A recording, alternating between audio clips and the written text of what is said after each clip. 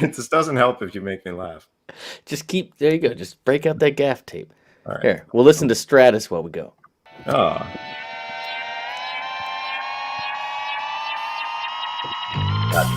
That would be giving me so much crap right now if you saw this. Dude, I love your drummer, by the way. Kid just turned, is he 25 now? 25? I think so. I think you're distorting, your audio is just a little hot on your voice. All right, I'll bring it down. I'll bring it down for you. I love your voice, but okay.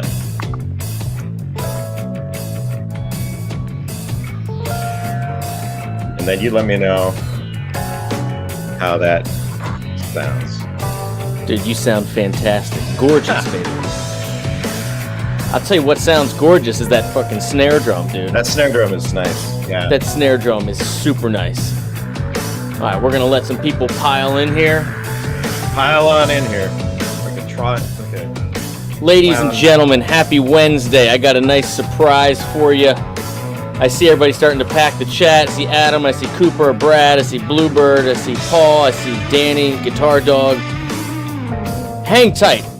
Listen to my buddy Jason and his band. 7 different versions of me now that you're torturing people with. It's okay. It's okay. Listen to a little Stratus. You'll figure out why the title is what the title is in a minute. Cheers, ladies and gentlemen. Happy Tuesday. Oh, that's right. We're doing food. Okay. There she can appear. See, look, people are digging the snare. Hold on, check it out.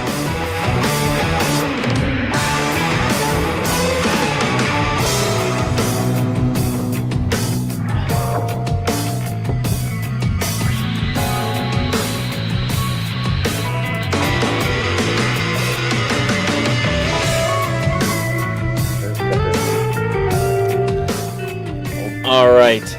Got the good stuff here. They got this. They bring this down here. All right, ladies and gentlemen, happy Wednesday. So I have my old friend here, Jason Achilles Mazilis. He left out a piece of his last name. He and I know each other from California, and I played in a band with our mutual friend Noah Ang that he produced.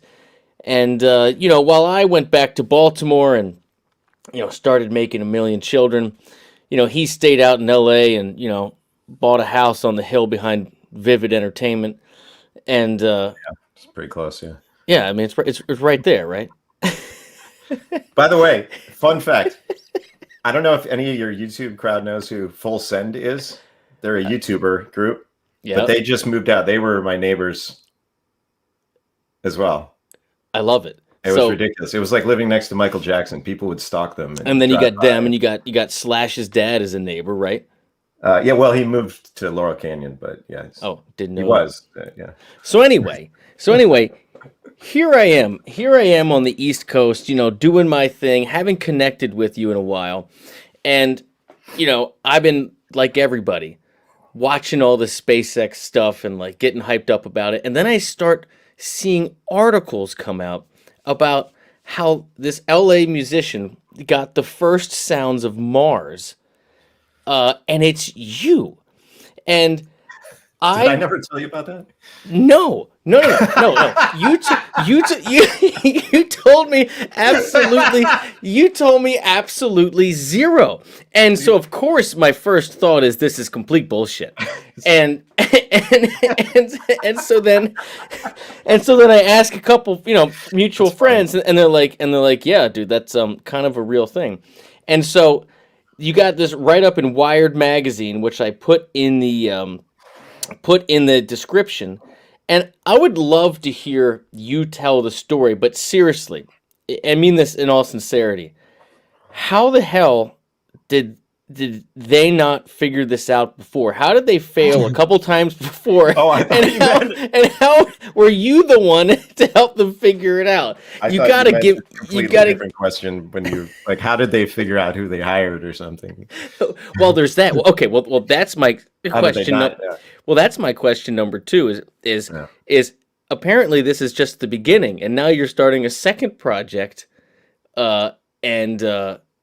Anyway, just tell me how, in your own words, how this all started. Well, first of all, it's good to see you, Mike.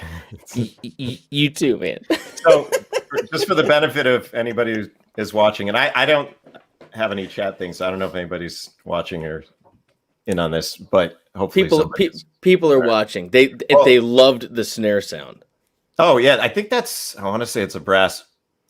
Oh God, well, my phone's not near me. I could ask my drummer, but I'm pretty sure it's a brass snare. And they all think it was a 57 that went to Mars. Well, it was considered along with many other things. So, yeah, well, I guess for the benefit of everybody, so Mike and I have made a point of not catching up. Yes. Prior to this conversation. So this is a partial catch up. Yeah, and you're gonna have to listen to all our personal bullshit. But so the last time I saw you, we were doing this awesome jam on my front porch. Yes, we did. And I was playing this toy piano. Yes. What was the song? We did an old, I don't know if it was a Doc Watson song or if we did the Doc Watson Tennessee Stud. It's amazing. And we all learned it, 2 minutes before we played it. That was great. We were out for NAMM and we went to your house. Was it 7 years ago? It was like 7 or 8 years ago. Yeah. It was crazy. And we all got a bunch of cigars, drank a bunch of beer and bourbon or whatever, and we're banging out Tennessee Stud in the hills. It was amazing. And I watched the video recently because it came up on like my feed from, and right before we start, everyone takes a big puff. Yeah. And then it goes, and it's amazing. And you're doing all the crazy melodic licks. And is Noah on the uke there? I don't know what the hell he was playing. It might have been Noah's first uke in a suit. Well, he wasn't wearing a suit, but dude, yeah. For all you guys that haven't seen it yet, our mutual friend, whom we're speaking of, started a whole thing called Uke in a Suit, and basically he gets dressed up, pin mustache, the whole deal on Instagram and on YouTube. Oh, okay. And basically does these old ragtime tunes in a ukulele, and he crushes it. He's so good at it. He actually makes me like ukulele, which is an instrument. Can I use profanity on this show? Yes, there's no rules. I fucking hate ukulele. It's just like, I live not far from Silver Lake, hipster central, and like, yeah. But Noah makes a ukulele. He plays Chuck Berry on the damn thing, and it's. Anyway, Noah's incredible. Anybody who hasn't, have you had Noah on your show? I have. So your audience he's fucking incredible. That kid. Yeah, he's like you. It's just like, fuck you guys. he wanted the title of his video to be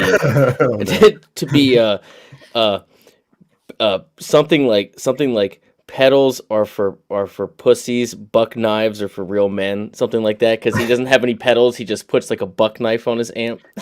Yeah, that sounds about right. I wish put a buck knife through some of those ukuleles, but again. Okay. So give it to me. Okay, so how the hell is all this happening? What have you actually been doing? So, okay. The short version is in 2016, which was since I saw you last. Yes. I was talking with a friend of mine who worked at JPL, which is, I don't know, JPL is like maybe half an hour from where I live here. What is JPL? Oh, the Jet Propulsion Laboratory. So they're the ones that build they built the Curiosity rover, Perseverance. They do a lot of the robotic, interplanetary mission stuff. And I was kind of a JPL groupie at that point, and if I could ever get a tour, I'd go. And and I made a friend there, and so I'd meet up with this guy for coffee. And it's crazy because this guy's problems are literally on another planet. So we would sit there, yes, and I'd be sort of like telling him that we had an election coming up or something like that, and he'd be telling me about their latest digging issues with the Curiosity rover, and and I'd be like, "Did you try hitting it with a hammer?" And which is fine. They actually did end up doing that on Insight. Long story, but anyway, I've been a science space groupie all my life, and then I just started really wanting to be involved, and so we were talking about. So for your audience, those that are familiar with the way Curiosity and Perseverance both landed, it's this incredible landing sequence where basically this thing comes in at like, I don't know, is it 12,000 miles, 20,000 miles an hour, something like that. Yep. Crashes through, and then within 5 minutes period of time, slows the parachute. It has a supersonic parachute that slows it down to 200 miles an hour. I think I'm getting these numbers right, but don't quote me on this. And then let's go. The parachute, thrusters fire like retro rockets, comes down, and it gets to a point where it hovers 20 meters above the surface, and then it lowers the damn thing down on a like a chain. Yeah. When it touches down, this thing disconnects, flies off, and with Curiosity, nobody had ever seen this before, and we'd only seen computer animations. With this mission, they put cameras, like downward-facing cameras. They call this the sky crane. This is the rover. One's looking up, cameras all over, and that whole sequence is called EDL, Entry, Descent, and Landing. And so Asimov gets it. You see that on the screen? Well, the fact his name's Asimov, he already wins. Yeah, he gets it. Keep going. Okay, so yeah, sky crane, whole thing. It's incredible, and the animations are incredible, but nobody's ever seen it. And so I was asking my buddy, I'm like, well, wouldn't it be awesome if we could see this, right? And he's like, yeah, it would be, Yeah. And that's when I kind of came up with this idea of like, well, what if you could take a camera and sort of like a GoPro and throw it off the side, basically, as it's just coming in, the thing hits the ground, and you get to watch this whole thing from the ground as, Yeah. a certain distance away, which is actually now the second idea that we are developing. It's fascinating. I actually have, I didn't grab it, but I can show your audience. It's in the other room. I'll have to grab it, but I have one of the prototypes here.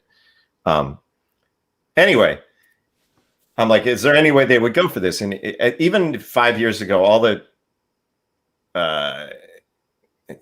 all the instrumentation was selected for this thing by people who've been working on it for, I don't know, a decade or something. Yeah, and it's got to be a certain weight and fire everything, and there's a lot involved. Yeah. So the idea of attaching this ejectable camera system and everything that would go into that, at the last minute is impossible. Just a shade far-fetched. Yeah. And then I thought, okay, right, well, we'll do that another day. But what about, there's audio. You get audio with video. Maybe we could just get the audio. How hard could that be, right? Yeah. How hard could that be? And then I asked my buddy, I'm like, has that ever been done before? He's like, I don't know. Well, you work there. He's like, I don't know. I just drive the thing. He's one of the drivers. He actually does the rover plans. Wait, okay. So he actually is the driver of the rover. One of them, yeah. One of them, right. And he didn't know if there had ever been audio recorded on the rover because there hasn't been. Well, it certainly hadn't been publicized, and it turned out that was because, it never happened. That is crazy that you guys became friends and you're having coffee. Well, I made him become my friend. I didn't really give him a choice, but I believe you, sir. So I started looking into the audio thing, like, okay, have they ever done that or not? Turned out this brilliant idea I had been thought of 25 years ago by a bunch of people, including Carl Sagan, who popularized the idea. Makes sense. Right. So not a new idea. Turned out they had flown 2 microphones on 2 different missions before. They tried one in the late 90s, right after Sagan passed away. And then that was the Mars Polar Lander. That crashed on the I think it crashed. Yeah, it didn't work. So one crashed. It didn't do well. And then they put another one, like, I think it was in 2007, I want to say. It was the Phoenix lander mission, which did land, but it was either before they launched, or sometimes what happens is you'll discover something, you'll have a problem on a mission before you even send it, but it's already too late to take it off or change it. And it's kind of like, we'll just kind of not worry about that right now. These things happen. Yeah. So that microphone was on there, but it never got activated. There was some sort of technical problem where there was a concern, there was a certain risk that it would cause like some sort of reset of the computer or something mildly. Right on, Matt. Yeah, so there's some wind. Yeah. So, yeah, there's a lot of wind in this story because I'm taking forever to tell it. Sorry. Anyway, short version is go, baby, go. Yeah. So, a couple months later, my buddy tells me that the powers that be have decided to put microphones on Perseverance. So, not having anything to do with you. No. Nothing to do with me. They're just giving it another shot. Right. And so they're giving it another shot, and they're giving it another shot with two different systems. One is called SuperCam, which actually just now released their first audio recordings, like I think yesterday. Yeah. And the other one was the cameras associated with that EDL system. So basically they had all these cameras, but none of them had microphones on them. Mm. And so they thought, hey, we should try and get audio. That's usually a good component. There's atmosphere. People have been trying to do this for a while. So basically I got on at the right time, and I wrote them an email. I wrote a lot of emails and I call a lot of people, but eventually I wrote the right email to the right person who responded well. And I did a lot of, I'm sure I did a lot of research, and I put a few papers attached to it but basically, I wanted to come at it from sort of the audio engineering perspective. And so keep going. Well, it's just that, I don't know how many, I know you have a lot of players in your audience. Audio is like not, it's one of those things that, like, I like to say, it's not the way it is on the page, in terms of, you can talk about where to put your microphone, how you're going to mic a snare drum, or how you're going to put something. You can do you can measure everything all you want, but then you'll listen to it and it sounds like shit. And you're like, okay, well, there's a lot about audio that's beyond the page, I guess is what I like to say. Yeah. And so you can run all these technicalities about how things are going to sound and what you expect to hear. And then you listen to it, like, that sounds like shit. What, and you go back. So I was trying to bring that kind of, life experience, I guess. Yeah. To the project. And in the meantime, I learned everything there is that you can learn about rovers, and all the issues that would be involved in flying things into space.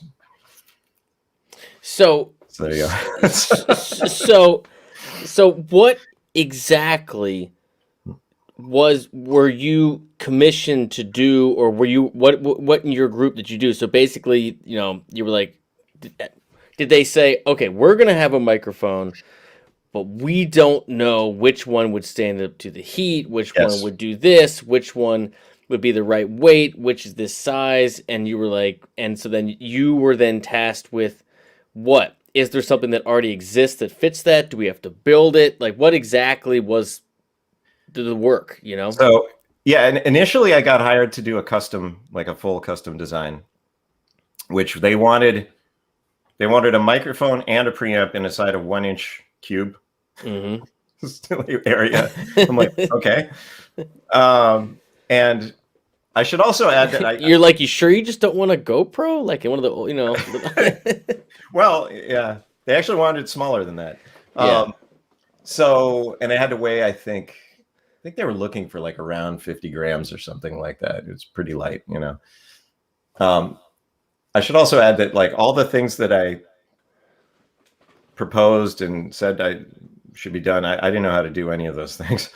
But I was fairly confident that there were people out there that did know that I could find. Yeah. And so while this was all going on, I was also sort of desperately scrambling to find good technicians that could work with me, in just, in case they called back. Yeah. Wrote back. And the timing worked out within days of each other. I Really? found my guy, and less than a week later is when I got an email. And so you said you started. Go on. Yeah. So initially we got asked to do a complete custom design, like evaluate all the options, like anything from a 57 to a ribbon mic to a cell phone mic to a MEMS microphones, like what you have in your cell phone, anything. Ribbons were out pretty quick. 57s, unfortunately, they held up well on the durability scale, but the mass was a little restrictive. And yes, without a 10K boost, they all sound like poop anyway. So, but durability was a big factor in that. And we ended up going with, So that was we made our custom pitch. We did a design, like a rough, not a full design, but like, okay, this is what we could do that we think would work. Yeah. And it was actually cool because I had never met my tech. He lived in Texas. This was pre-COVID, but we were working all remotely completely. And so, but he had to come out with me. We had to give an in-person presentation at JPL. And I met him when I picked him up at the airport to go give our speech together, or like our little presentation to the and of course his flight was late. So you're going to do a presentation, but you have to meet first. And he's with a guy I've never met. Yeah. And like, we got to act like we've got this vibe going. I mean, we've talked on the phone a bunch, but it's like, and you're not just like everybody here's played. You played in front with a band. It's like doing the jam session thing, but somehow it's got to look pro, and you've never done it before, and you have no rehearsal, and it's one of those. Yeah, but same thing. But you're going to pitch to NASA. Well, there's that. Yeah, I mean, it's. There's so many parts of the story that I just love. I just love. It's just so you. I was. Wait a minute. It just is. I was telling. I don't know if that's a compliment. It is. Well, it's a backhanded compliment because it's a huge feat, and it's so like I was showing Annie the article, and she was like, "You're right. That is him." You know what I mean? And she's like, "That's so cool. Like, how's that? How does one go from doing what we all did, where we all met?" And now we're all like doing these drastically different things. It's fascinating and it's cool. So I'm picturing you, meeting someone you haven't met, you've talked to on the plane, and you got to go or on the phone. He's late on the plane. We're literally flying in my stupid little pickup truck that can barely, it's got a governor at 93, which, wait, do you still? That's not the same truck. Yeah, same truck. You don't still own that, do you? Yeah, I mean, does it run? Well, it's got over 200,000 miles on it now. Wow. I think it cracked 250. Yeah. So you guys. Well, so that was the first part. But all the gauges are broken, so who gives a shit, right? The fuel gauge has an issue. The fuel gauge always has an issue. Don't ever want that. Don't go to 300. Just fill up at 200 miles. Yeah. All right, keep going. See, so you meet and you're going to NASA to do your pitch. We worked for 2 months and then we made this pitch. I got hired January 2017. End of February, I picked him up. We race down there. We make the pitch. We go out. We get drunk. And then he stays the night. We celebrate.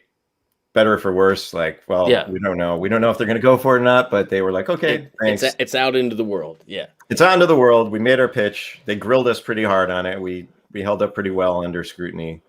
And I basically had him teach me everything about what we were doing.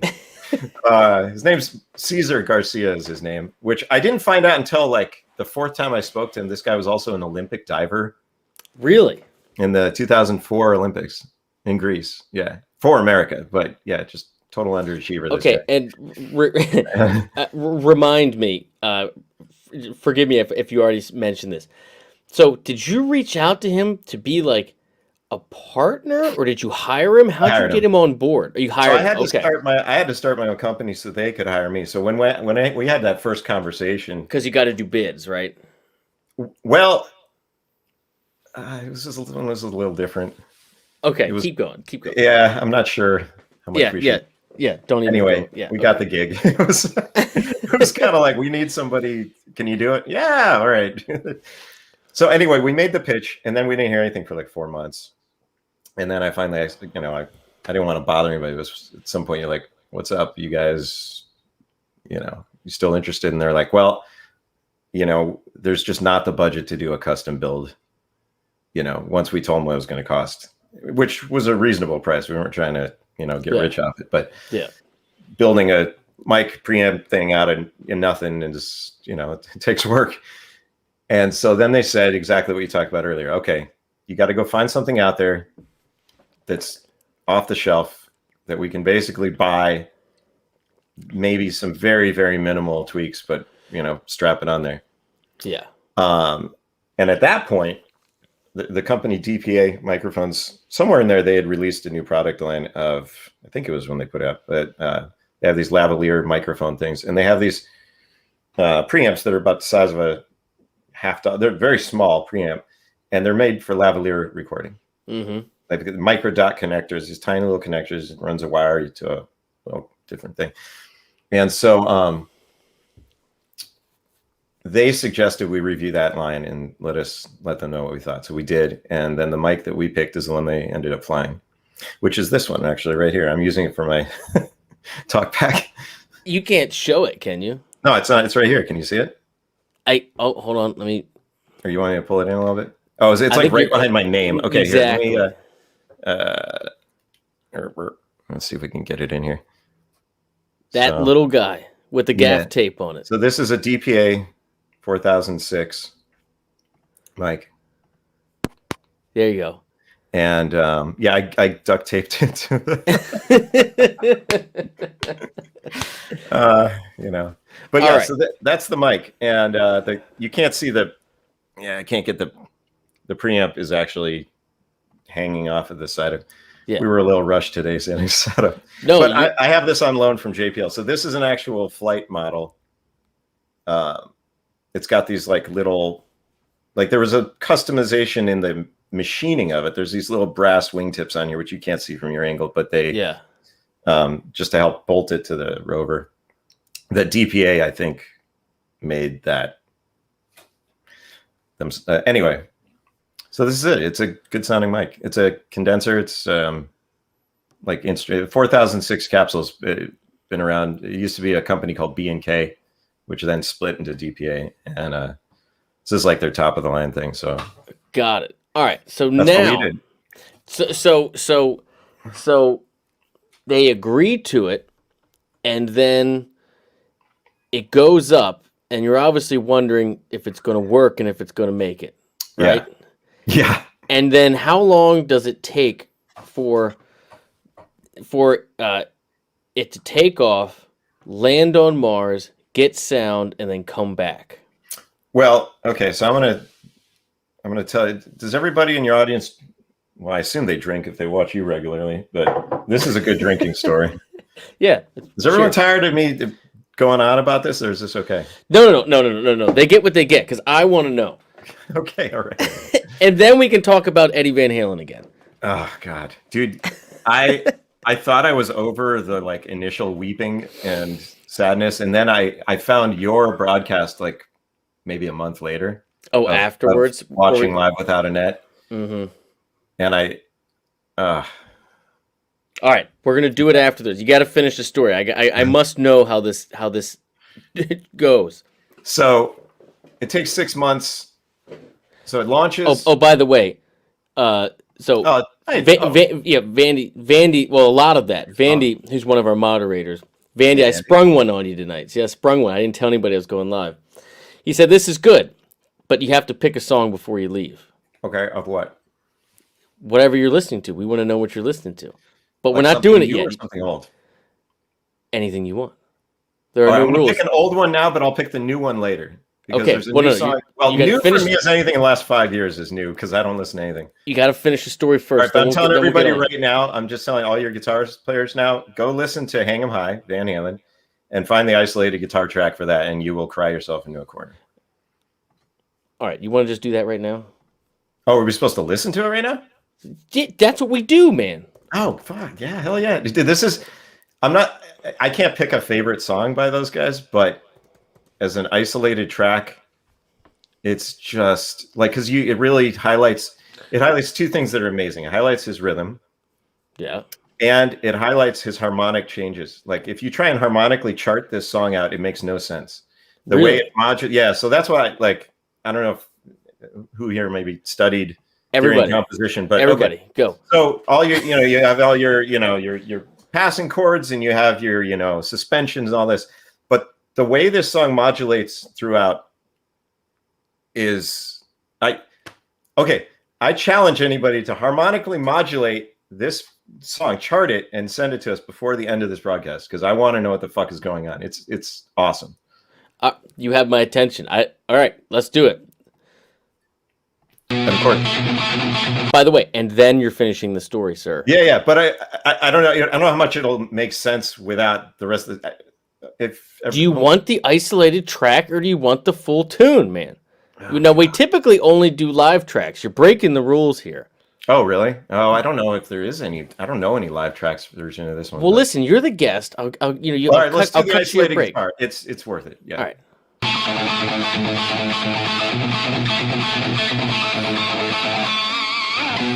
You can hear the drums in the background beating through the mic.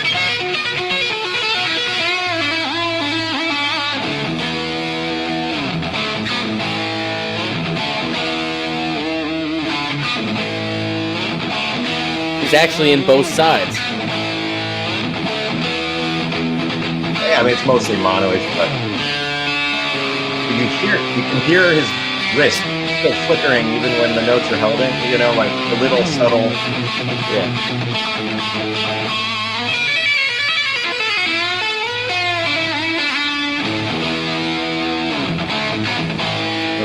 Jason, do you know that? Was this one played on the Les Paul by any chance? I don't think so. It was Van Halen 2.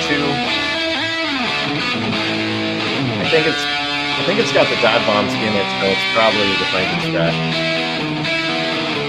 He used the Destroyer on the first record for the stuff without dives on it. But on the second record, I'm not sure.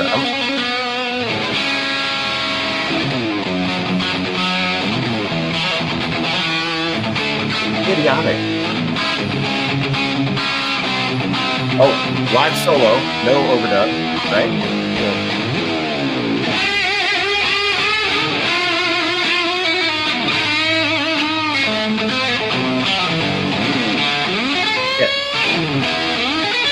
So this is like a modulation.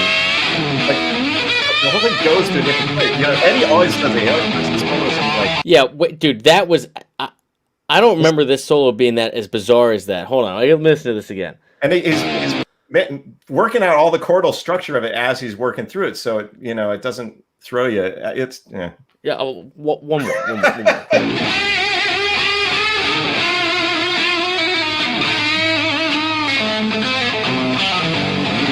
Ken?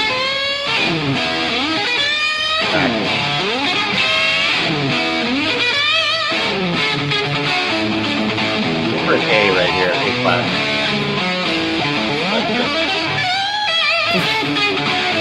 These are separate full ones. Yeah. But this one goes at the end of the solo. Right here. Guitar out of tune also.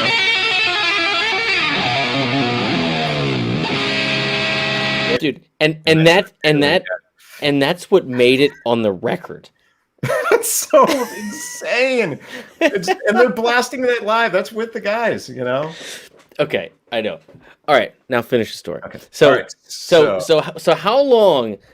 So you go through all this, right? You can't believe it's happening. It's pretty unbelievable. Yeah. Where are you when you're watching the launch? In Cape Canaveral, watching a fuck it rock. Like you went to see it. And last minute, in the middle of COVID, I'm like, I wasn't gonna do it. That was when Florida was in hell. Like, wait a minute, what month was this? There, huh? What month was this? Well, 7 months from ago, previous from now. So was that August? August or something? Okay, so it was hotter than shit down there. It was there was a hurricane on the way, and when I got there, it was like crazy thunderstorms and shit. I'm like, they're gonna launch tomorrow. And then the next morning, it's just like, I guess that's Florida. Okay, so you went for the launch. So last minute, I bought a ticket round trip from LA to Orlando for $200. Found an Airbnb somewhere, this amazing, just the best hosts you could imagine, and like brothel. I show up and they're like, "Hey, you want to see an alligator?" I'm like, "What?" And they're like, "There's one, and there's an alligator 20 feet away from us in the river." Like, yeah, don't go swimming. Like, okay, noted. I went to get a rental car, and there was just nobody there. There's nobody in the airport. I mean, like, it was like World War Z. Like, just nobody's go to Florida. You'll all Yeah. And I get off and I'm like, I ordered, obviously the cheapest whatever little car they had, and then I go out there and I see all the cars. I'm like, can I take that one? And then it was this nice little convertible. They're like, yeah, sure. Love it. So got up the next morning, went out to the causeway. I didn't have any special place to watch it or anything. You watched it from the road, and I guess I watched it from the road. Yeah, but I had a buddy of mine, another JPL buddy who I had met more recently than that, and he goes to launches all the time. So the guy, you know, like your buddy gives you directions to go somewhere, and they're like, "All right, turn at the Dead Skunk," and 50, and then this guy sent me incredible, like to the foot GPS coordinates of where to park my car to get an unobstructed view from the launch from 10 miles away over the causeway. And it was, I'd never seen a rocket launch before, much less one I worked on. And I was in tears. I was like, apparently there's video of me watching it, like, your reaction videos, but it's my reaction to the rocket. And I'm like, let's pull it up. Let's pull it up right now. How do I find it? No, it's not online. It's like some friend of mine sent me, and I'm never sending it to you. It's on 4chan. It's on the dark web. Yeah. Okay. But it was like watching. It'd be like if you saw the Starship Enterprise just come out of the ocean. Like it just didn't seem real. I got to watch the. We were in Florida for November, and so I got to watch the SpaceX launch where they sent the astronauts up.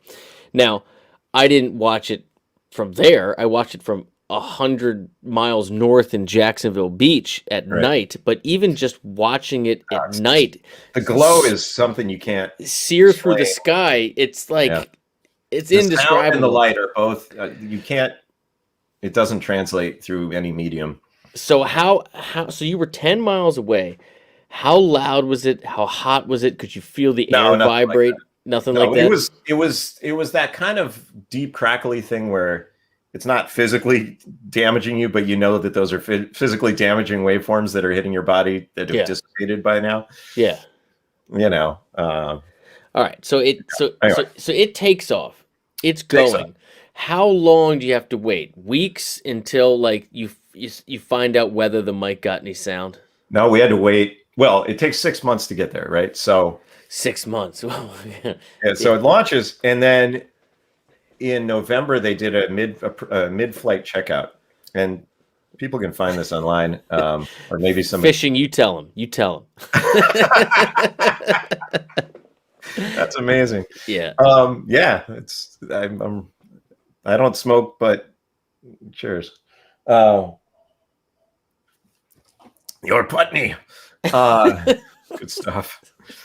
What were we drinking last time you were on my porch? It was something brown. Like it was brown, and we made probably what's that one that Noah likes? He's Basil Hayden's. Yeah, I don't know if he's allowed to drink that anymore. Like last time we were at your house, not only did we drink a bottle of Basil Hayden's and have a half dozen cigars, but I think we made like. Did we get 10? We made like 10 ribeyes. No, we did not do that. But we made like 10 ribeyes with like no sides and just ate meat and played Doc Watson and smoked cigars. Basil. Yeah. So, in November they did a in-flight checkout, which is interesting because you're in a vacuum of space, right? So you can't. Yeah. This is nothing doing here, right? So how do you test a microphone that in a vacuum to see, like, there's, it would be sort of like, okay, if there was a short or something, an electronic short, maybe we get some weird screechy electronic type noise that might come through. Sometimes in a studio, if a mic's not working, sometimes you'll get a weird thing. Other times you just get nothing and it's hard to tell. And then you're like, okay, where's the problem? So what they did is they fired it up, and I was not involved in this test, but we discussed they sent me the results of it, and we sort of, discussed it a little bit. I kind of existed as an advisory role since then, Yeah. I mean, pretty limited, helped to draft a few test procedures, which I don't know were ever enacted or not. And then some other tests I ran myself. One was at JPL and another was in a backyard in Reseda. Is that true? Stars don't twinkle in space, huh? Well, it's the light. It's not light. Well, I guess it's refract. It's the light bending as it goes through the atmosphere. So, like if you look really close, like how if you see a mirage or something, everything's like wobbly in the atmosphere. That's basically So it's light. As light passes through the atmosphere, it just gets. There you go. By the way, I am not like a scientist or anything. So no, I'm clearly fascinated. Anyway, I realize I haven't cut in here in a minute. If anybody's just tuning in, this is my old friend Jason Achilles Mazilis, and he's the man, and he was part of a team that basically got the first sounds from Mars back to Earth. So we're in the middle of telling the story. Oh, it helped. Yeah, exactly. He's in the middle of telling the story, and then we'll take questions. Maybe we'll get him to play some tunes, and we're just catching up. We're old friends here. So 6 months goes by, and like you figure out it's like the day that they're gonna drop the thing. By the way, one of the mics we did consider using was like boundary mics, piezo. Oh yeah. And the last time I used a piezo mic was recording your banjo live in studio. That was Noah. A contact mic, wasn't it? Yeah, well, that's what that is. It's not boundary mic, a contact, but that was a piezo acoustic. That was a piezo mic. Those were good times. Let me see if I can get lucky here and I can play some people a piece of that. What? Take your pants off and dance? Yeah. Or is it take off your pants and dance? Is it take your pants off or take off your pants? It is. Right. It's both. It's both. Take off your pants. Well, no, because the album was one and then the song title was different. It was like the same but different. So we did this all in my studio on tape on a 16-track tape machine. Everybody live, I think including the vocal, right? Yes. Or maybe the vocals were overdubbed. Yeah, and by the way, and my studio is a 20 by 20 cube. This is not like a big. and tell them it's organic audio, right? Organic audio. Downtown LA. Yeah. That was a really, really fun time. Oh, do you have little chickadee? Hold on, I don't know if I have little chickadee. Oh wait, that sounds like I know. That's Buy You a House. So this was all live recorded. Right. Let's see if I can play some. Yeah, I'm playing banjo on this. Is there banjo on this song? I don't even remember. Pretty sure we put banjo on. Oh yeah, there we go. I love it. Yeah, that is Mike on the banjo. That is Noah. Look at those sideburns. Gonna buy that house. Buy that house. Yes. Oh my God, I love this. Gonna buy the house. Gonna build your home. I forgot how big that bass sounded. Remember when Tom almost died? Yes. I forgot what happened there. He choked. He drank like water or something. He choked. That is what happened. There's no big deal. Our bass player literally had to get Heimlich in the middle of this set.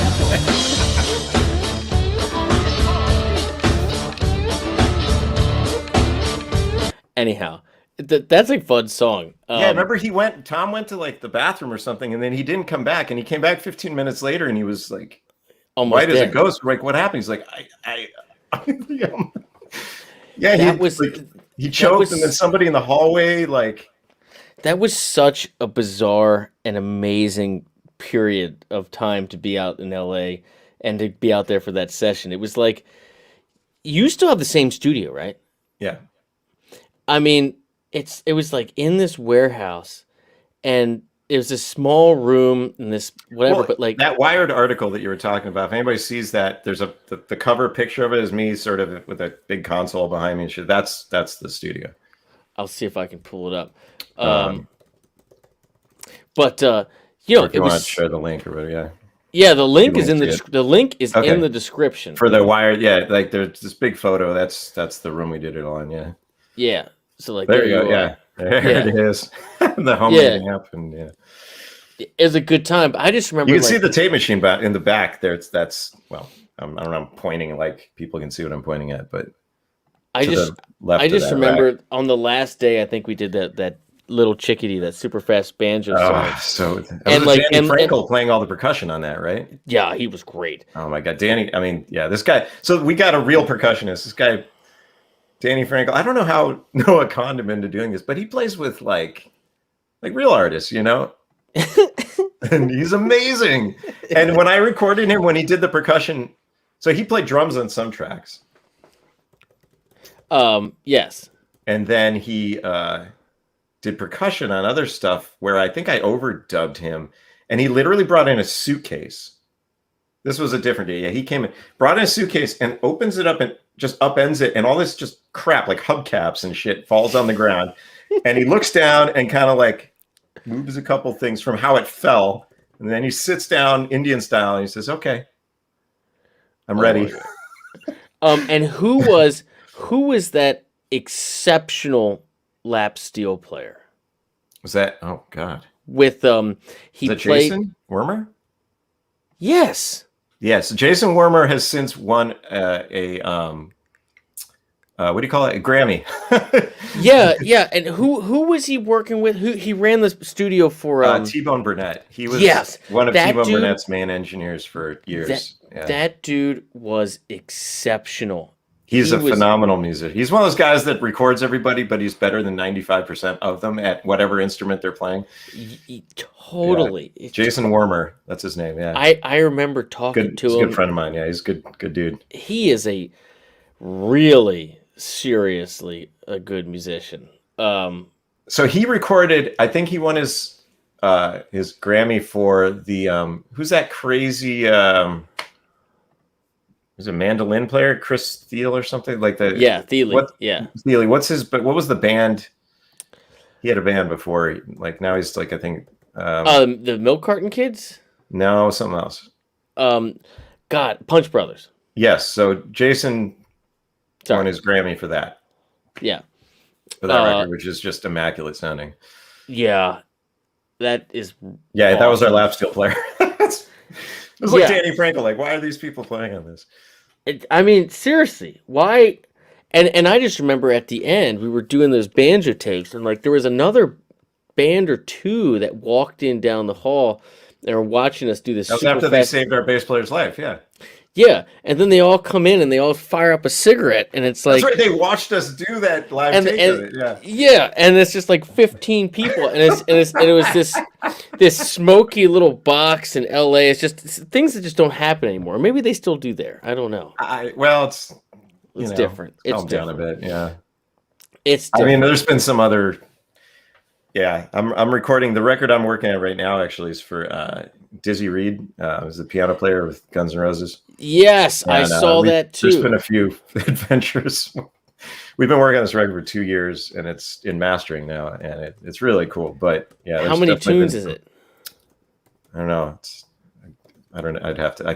I think 10, but it feels like 12. I don't know. Oh my god. It was a lot of work, but it sounds great. Okay, Hopefully it'll come out. We'll see. I mean, soon. so Yes. that was a very nice little detour. Okay, so we're back in space. I'm gonna set my whiskey on my new Scotch. Sorry, Scotch on my new laptop. Okay, so how do you test a microphone in deep space? Well, it turns out that this thing was very, very tightly bonded to the chassis of the rover, right?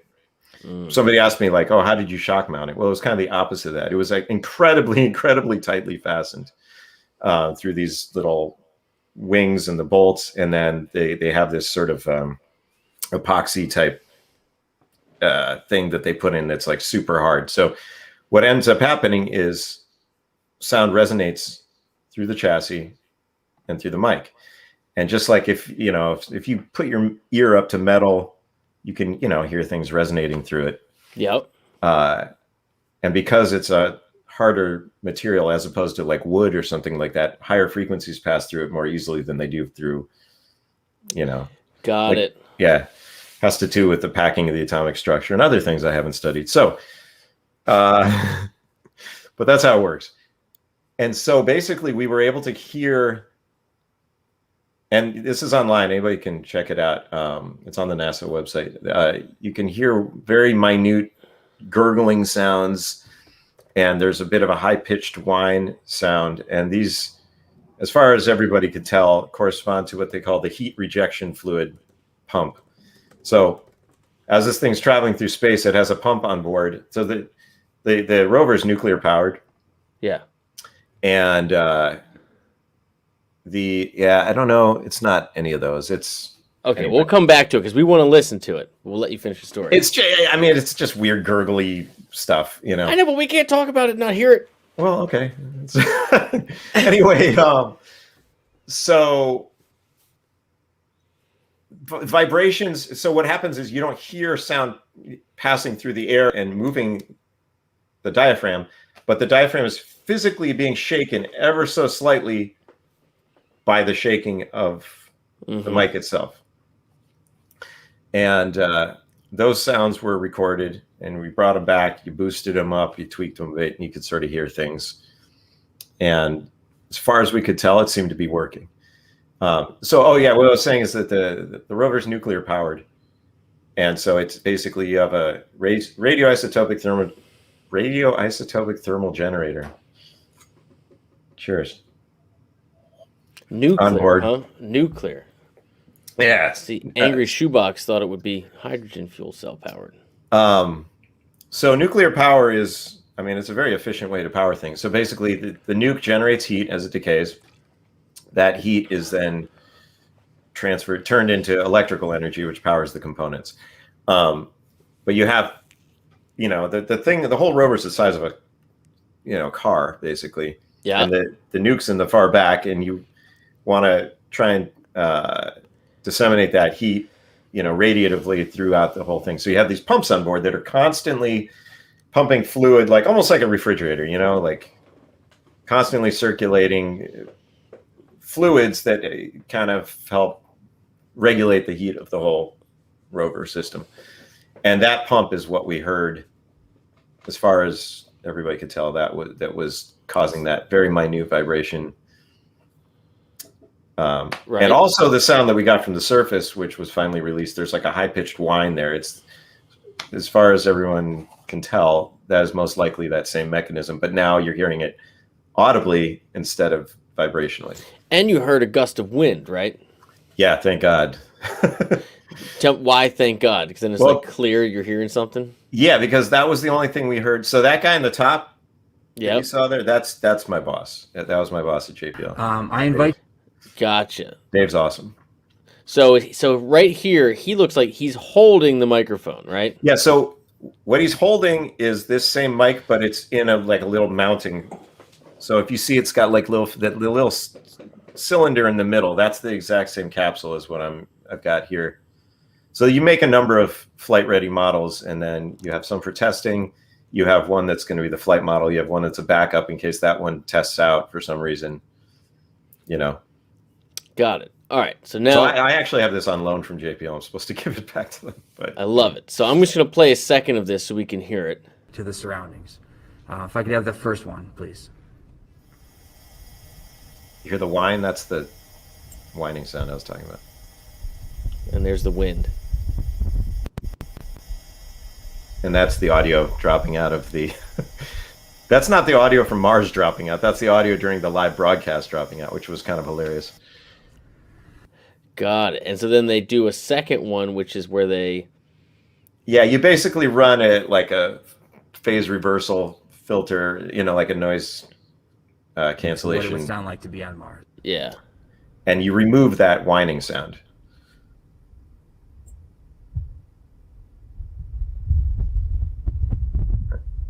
So that's what you're left with is the wind. So basically, because that motor is continuous throughout, you're able to sample that, and then I think and remove that frequency. Yeah, well, yeah, like sort of I think it's a phase reversal sort of thing, but yeah. Wild. So okay. So then now what? Now what are we waiting to get back? How long is it going to be up there? Is it just whenever they release things to the public, they release it to you? Like, what is it? Well, so yeah, my contract actually ended the day that broadcast went live. So I'm still trying to work with folks over there, but it's a little trickier now because I'm truly just like anybody else really on the outside, like, hey, can we try this and try this? My understanding is that there was some audio recorded. Well, so there's two mics. It gets a little confusing because that other microphone is now releasing what they're calling the first sounds of Mars. Like, okay, it's but this mic, our system is done a few more cycles, and I think they actually recorded something during, like while the rover was actually driving a little bit. So that's something I'm very much hoping to capture, that we'd be able to capture and be able to hear. I haven't heard that yet. I can't verify that. But that would be cool to hear, like the wheels actually turning, over the rocks and like, crack. I don't know. It's cool. I think it's cool. Oh, dude, it's so cool. I mean, I saw this thing. Where yeah, so that's the new one. Yeah. So this is the other microphone. And this one is designed more for a scientific purpose. So what they do is they hit a rock with a laser from a distance. Yeah, they zap it. They zap it, and then they use their mic to analyze the popping sound it makes, and depending on the sound, that can help them determine the chemical composition of the rock. I think is how it works. Like if it was a certain hardness, it would make a certain kind of pop. If you thump a melon versus your buddy's skull, you get a different resonant frequency, right? Same thing works with Mars rocks. Dude, look at it up there.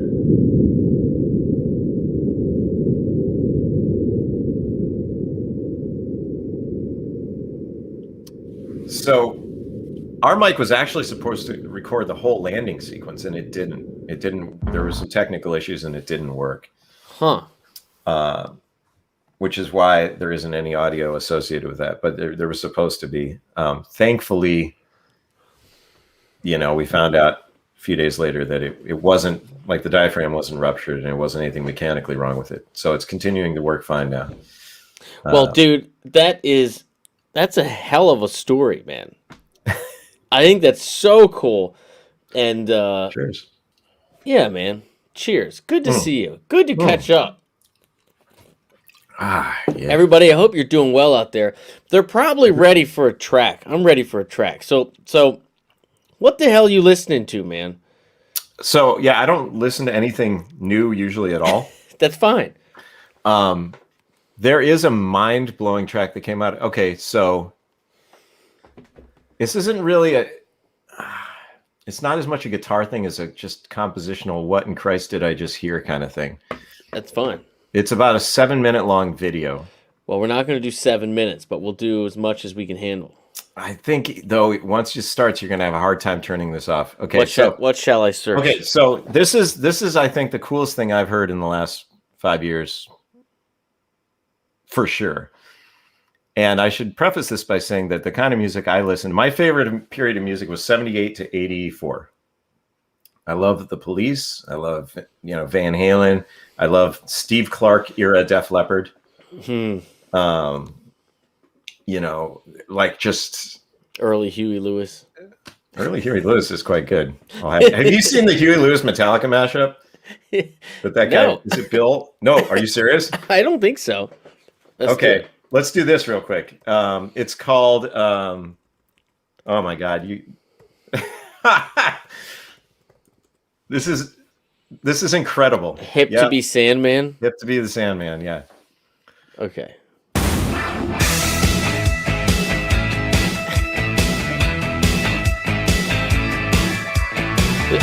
I just love that. Oh my God. I'm telling you, this is amazing. Say your prayers, it's a one. Don't forget my son to include everyone. That really works well. It's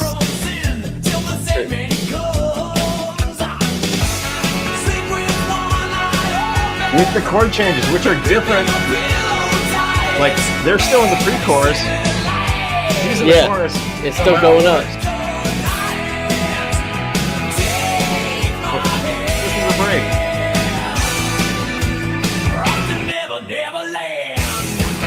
It's like the same form, but you're right. Yeah. Oh man. It's not the same. I mean, it's not Nickelback same form, but it works. No, what I mean, like the same length, like to get back yeah. to the verse. You know what Yeah, I mean? even though it's offset by the number of pre-chorus versus chorus. Yeah, right. I love it. Does Huey do a verse? No, but go to the solos because they throw you. Dave Mustaine?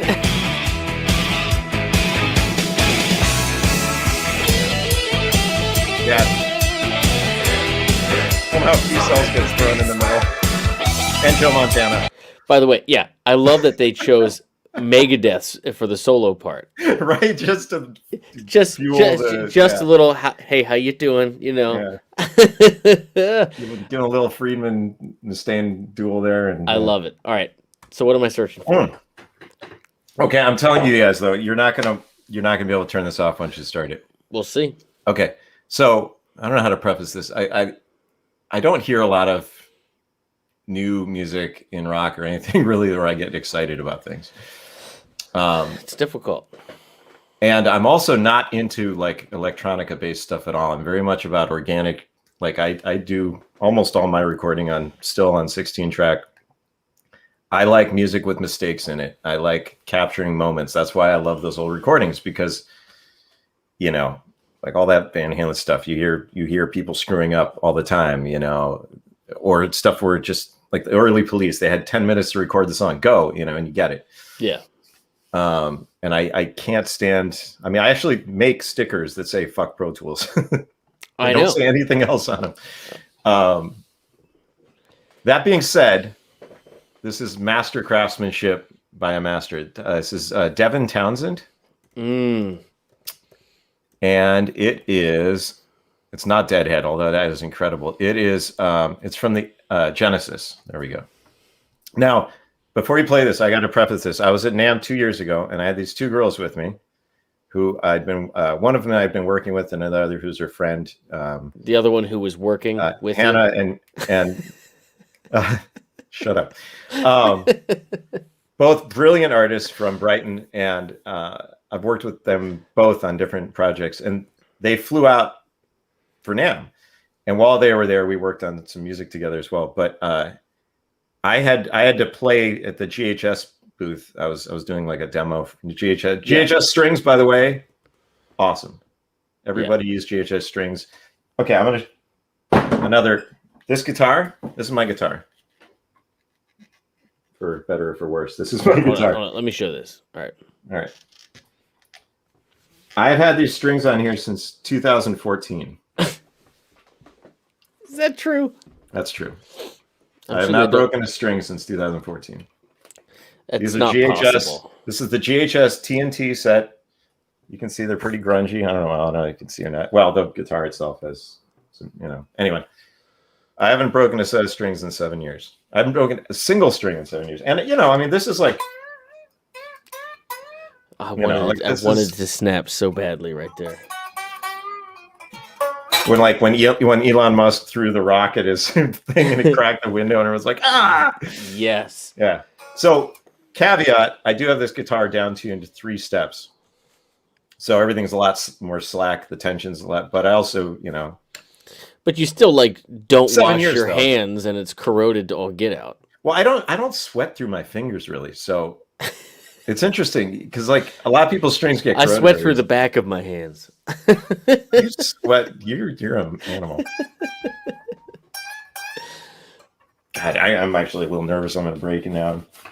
That's just all, you know, makes for good TV or whatever. Yes, it do. So they came back to me and they're like giddy, like they just saw Elvis. I'm like, what's up? And they're like, we just saw Devin Townsend. We talked to him. I'm like, who? And they looked at me like I was basically the dumbest motherfucker on earth. They're like, you don't know who Devin Townsend is? I'm like, I don't know. No, you want to go to the music video version?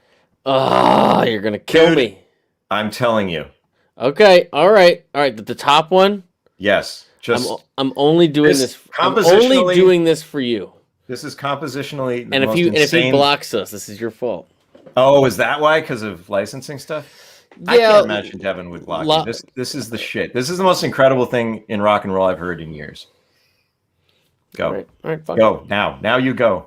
Hit the button. Hit the button. Wacky and crazy and still. Oh no. What happened? We got blocked. Oh no! I told you, dude. Oh, does our stream end, or we just can't play that anymore? Well, our stream is down. Hold on.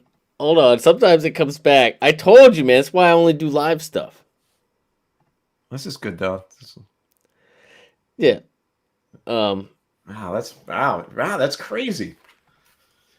I'm sorry, buddy. It's okay. Can we get back live again, or is it going to? Well, no, we gotta see. We gotta see. It usually comes back. Let's see. Wait. Oh, people are still able to. So they're still in the chat. Like YouTube hasn't taken the stream down. Oh, okay, that's good. Well, it'll happen if this lasts more than a minute. Oh. It's still going on. Can we just abort and be okay, or no? We would have to just abort and do it another time. If you do a second stream right after, it's a second video, and basically it means no one will watch. No one will watch either. Yeah, I gotcha. Sorry, You know? buddy. It's okay. I mean, there's still some people sticking around. We'll Well, nice to meet you guys. Sorry about that. I just wanted to bring something cool to everybody. you see how everybody was certain that they're not blockers. I don't think he personally would be. Yeah. Are we Well- out? Are we cut off? Yeah, we're still out. This is a whole different conversation, but you know, not everybody has the warn rights me to about their this. own music. Right. Well, that's exactly, yeah. You know, but you'd be surprised. You'd be surprised who thinks it's cool and who thinks it doesn't. It is not. At this point, I wouldn't be. Nothing surprises me anymore. People's weird. Yeah,